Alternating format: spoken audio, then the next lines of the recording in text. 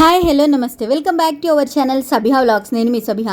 ఎలా ఉన్నారు? అందరు బాగున్నారా? నేనైతే చాలా బాగున్నానండి. అలాగే మీరందరూ కూడా బాగున్నారని అనుకుంటున్నాను. ఈరోజు అయితే మనము చాలా ఈజీగా సింపుల్గా ఇంట్లోనే టిఫిన్ ఎలా ప్రిపేర్ చేసుకోవాలో నేర్చేసుకుందాము. చక్కగా ఇలా ఇంట్లోనే మంచి బ్రేక్ఫాస్ట్ అయితే రెసిపీ ప్రిపేర్ చేసుకోవచ్చు. దానికోసం అయితే పిండి ముందుగా ఇలా నానబెట్టేసుకోండి. నేనైతే ఇక్కడ 1.5 గ్లాసు మినప్పప్పు అయితే తీసుకున్నాను. అలాగే 1.5 గ్లాసు మినప్పప్పుకి ఇక్కడ నేనైతే చూసారు కదా ఉప్పుడు బియ్యం అయితే తీసేసుకున్నాను. ఇక్కడ 1 గ్లాస్ ఉప్పుడు బియ్యం అయితే ఇందులో వేసేసుకున్నాను.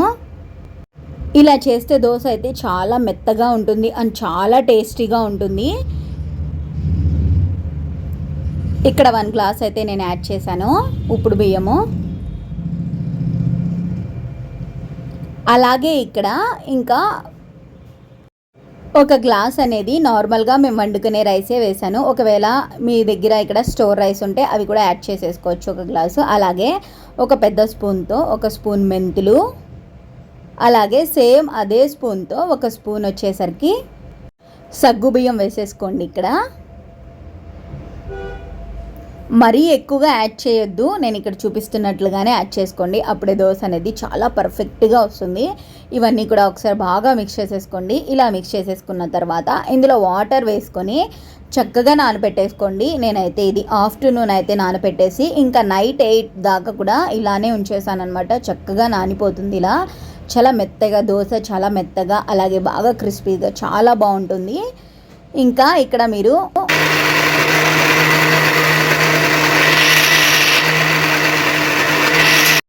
మినిమం ఒక 5 to 6 అవర్స్ దాకా మెత్తగానే ఇంట్లోనే మిక్సీలోనే వేసేసుకోండి. చక్కగా చూసారు కదా, నేను కొంచెం వాటర్ యాడ్ చేసేసి చక్కగా ఇందులోనే వేసుకున్నాను. మరీ ఎక్కువ పల్చగా వేసుకోవద్దు.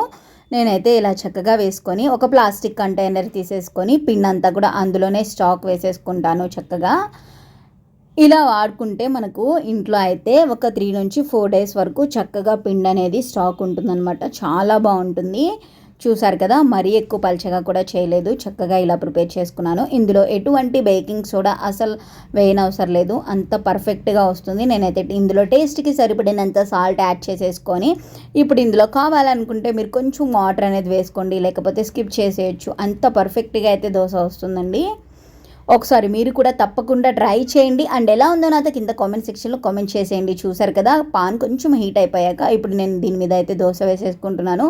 మీరు పాన్కి ఇలా ఆనియన్ కానీ ఏది అప్లై చేయనవసరం లేదు, అంత చక్కగా అయితే దోశ వస్తుంది.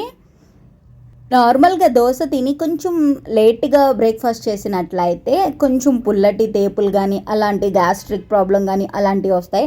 సో మీరు పిండి ఇలా నానబెట్టుకొని ఇలా ఇంట్లోనే చక్కగా ప్రిపేర్ చేసుకుంటే దోశ అయితే అసలు చాలా చక్కగా వస్తుంది. నేనైతే లైట్గా ఆయిల్ కూడా వేసాను అనమాట.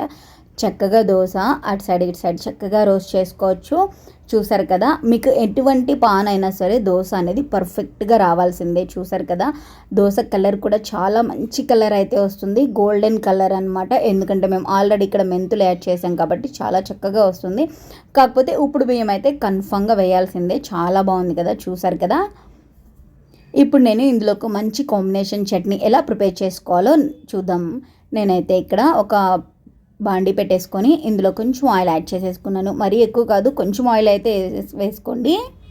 ఇప్పుడు ఈ కొంచెం ఆయిల్ హీట్ అయిపోయాక ఇందులోనే ఒక 1/2 కప్పు వేరుశెనగ గుళ్ళు వేసుకొని చక్కగా మంచిగా గోల్డెన్ కలర్ వచ్చేంత వరకు కూడా మంచిగా ఫ్రై చేసేసుకోండి.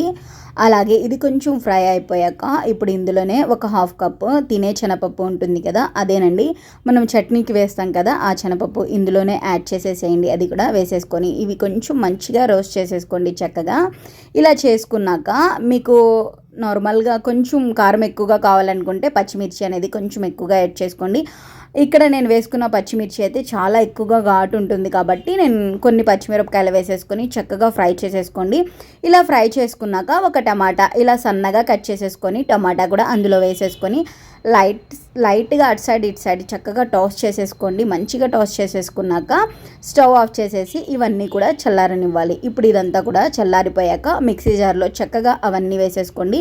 ఇక్కడైతే నేను ముందుగా ఒక 4-5 వెల్లుల్లి రెబ్బలు అలాగే కొంచెం చింతపండు యాడ్ చేసేసాను. వేసుకొని ఇవన్నీ కూడా మనం ఫ్రై చేసి పెట్టేసుకున్న ఇవన్నీ కూడా చక్కగా అందులోనే యాడ్ చేసేసుకోండి. మీరు ఇలా చేసుకున్నారంటే చట్నీ చాలా టేస్ట్గా ఉంటుంది. దోశలోకి, ఇడ్లీలోకి, అలాగే మనం పూరీలోకి కూడా తినొచ్చు. చాలా బాగుంటుంది. చక్కగా పిల్లలు కూడా చాలా ఇష్టంగా తినేస్తారు. కావాలనుకుంటే మీరు ఇందులో కొంచెం కొబ్బరి కూడా యాడ్ చేసుకోవచ్చు. నేనైతే కొబ్బరి అయితే వేయలేదు ఇందులో. ఇప్పుడు ఇందులోనే నేను కొంచెం టేస్ట్గా సరిపడినంత సాల్ట్ అనేది యాడ్ చేసేసుకొని ఒక హాఫ్ గ్లాస్ వాటర్ అనేది ఇందులోనే యాడ్ చేసేసాను. ఇప్పుడు చక్కగా మిక్సీ జార్లో వేసి చక్కగా స్మాష్గా చేసేసుకోండి చట్నీ అంతా కూడా. చూసారు కదా చక్కగా చట్నీ అయితే ఎంత బాగా వచ్చిందో. ఇందులో కావాలనుకుంటే కొంచెం వాటర్ అయినా యాడ్ చేసుకోవచ్చు. నేనైతే ఇక్కడ థిక్గానే ఉంచాను. ఇప్పుడు అదే బండిలో కొంచెం ఆయిల్ యాడ్ చేసేసుకోండి. అలాగే తాలింపు గింజలన్నీ కూడా వేసేసుకొని కరివేపాకు, సాసులు ఇవన్నీ కూడా వేసేసుకొని మంచిగా ఫ్రై చేసేసుకోండి చాలా చక్కగా. అలాగే ఇప్పుడు దాకా మన ఛానల్ని సబ్స్క్రైబ్ చేసుకోకుండా ఈ వీడియో ఎవరైనా చూస్తున్నట్లయితే వెంటనే మన ఛానల్ని సబ్స్క్రైబ్ చేసుకోండి. అలాగే పక్కన ఉన్న బెల్ ఐకాన్ని ట్యాప్ చేయడం అస్సలు మర్చిపోవద్దు. నేను పెట్టే ప్రతి వీడియో కూడా మీ దాకా నోటిఫికేషన్ అనేది రీచ్ అవుతుంది. ఇలా అంతా కూడా ఫ్రై అయిపోయాక ఇప్పుడు ఈ చట్నీ అంతా కూడా ఇందులో వేసేసుకొని స్టవ్ ఆఫ్ చేసి అంతా బాగా ఒకసారి మిక్స్ చేసేసుకోండి. చూసారు కదా చాలా ఈజీగా, సింపుల్గా మంచి బ్రేక్ఫాస్ట్ అనేది మనం ఇంట్లోనే ప్రిపేర్ చేసుకోవచ్చు. ఇందులో నేను కొబ్బరి ఎందుకు యాడ్ చేయలేదంటే నార్మల్గా కొబ్బరి వేస్తే ఎక్కువ రోజులు అనేది మనకు పచ్చడి అనేది స్టాక్ ఉండదు చట్నీ. సో నేను దానికోసం అయితే కొబ్బరి అయితే ఇందులో వేయకుండా స్కిప్ చేశాను. ఇలా ప్లాస్టిక్ కంటైనర్ తీసేసుకొని ఇందులో వేసేసుకొని మనం స్టోర్ చేసుకోవచ్చు.